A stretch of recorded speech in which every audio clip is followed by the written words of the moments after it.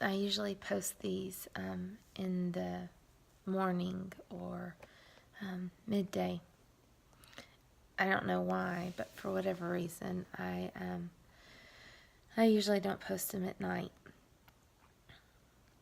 I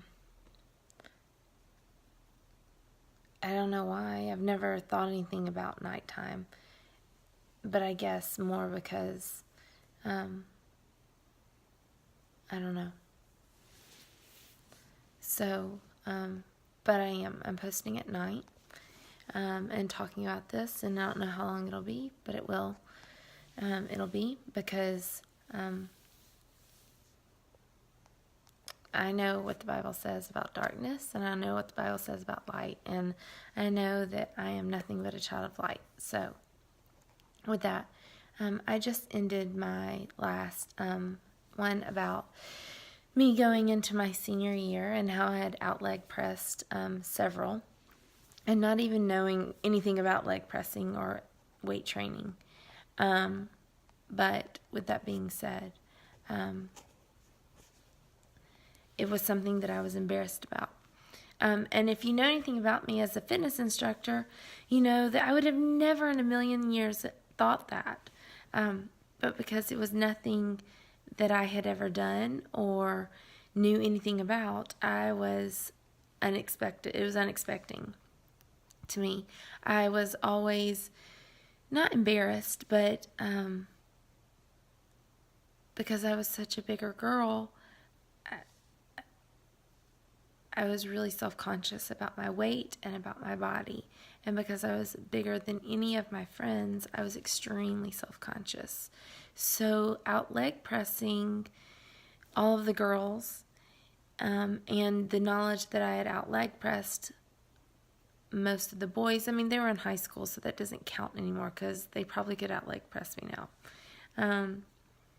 It was something that I didn't know what to do with, so I didn't talk about it, really. I mean, I thought about it, and I kind of probably mentioned it and laughed it off, but never thought a thing about it. And so, going into my senior year, I had broken my ankle horribly. Well, not broken, I had torn terrible ligaments, and it was painful.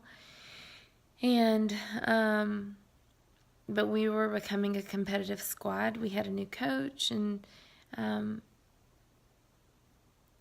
Josh had gone off to school, and yeah, so that was life. And then Jessica and I, whereas we had kind of stopped talking for a little while, we were starting to talk and, kind of rewind probably, and just we were growing up. And so my senior year came, nothing exciting. There were exciting things. We were going into competition, the cheer, and I remember as we were practicing for cheer finals, I remember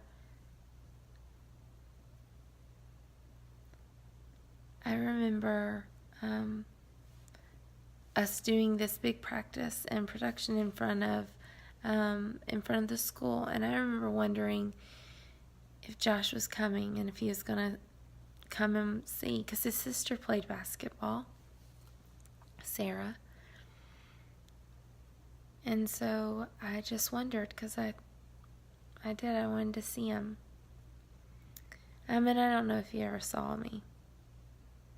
So I'm going to stop right here, because this is where it gets really uncomfortable. You see, I have this story, and it talks about the people I love. And it talks about really private things in my life. And who I know I'm not supposed to be is someone who embarrasses the people I love.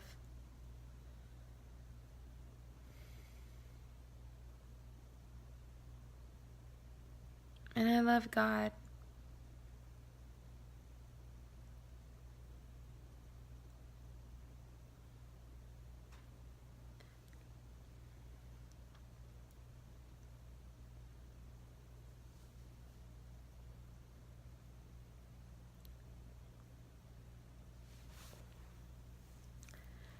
I do. I love him. And because I love God, I want to tell this story. Because it's awesome and it's got God all over it. But because I love God, I also love Josh, and I love my son. I love Bryson so much. And because of that, I also love his family and my family. And it is so easy to talk about the really beautiful things. And it's really hard to talk about the really ugly things. And I don't want to. They made me who I am. But never am I supposed to embarrass anyone who I love. I can't.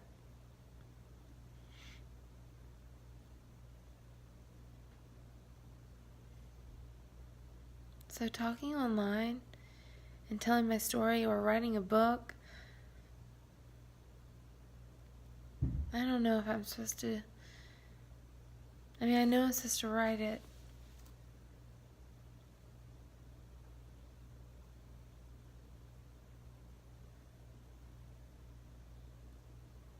And even talking online, it makes me wonder if I'm embarrassing him. It's a really good story. I outleg pressed the football squad. In my senior year, after cheering competition, I was getting ready to go to college.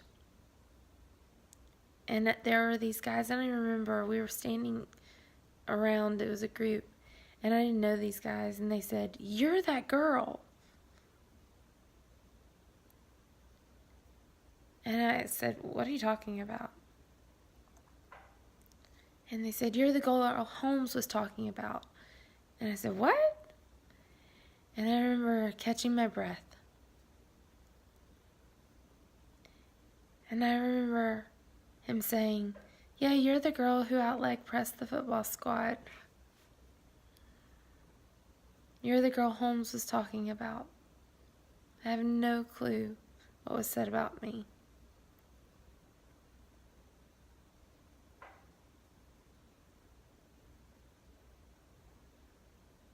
But even when our lowest is,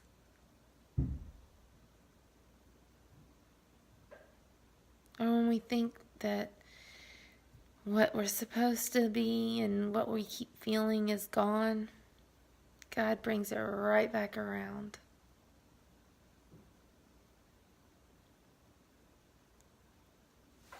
I don't want to talk anymore tonight, because the next thing I'm going to talk about is really hard. And I don't know what to say.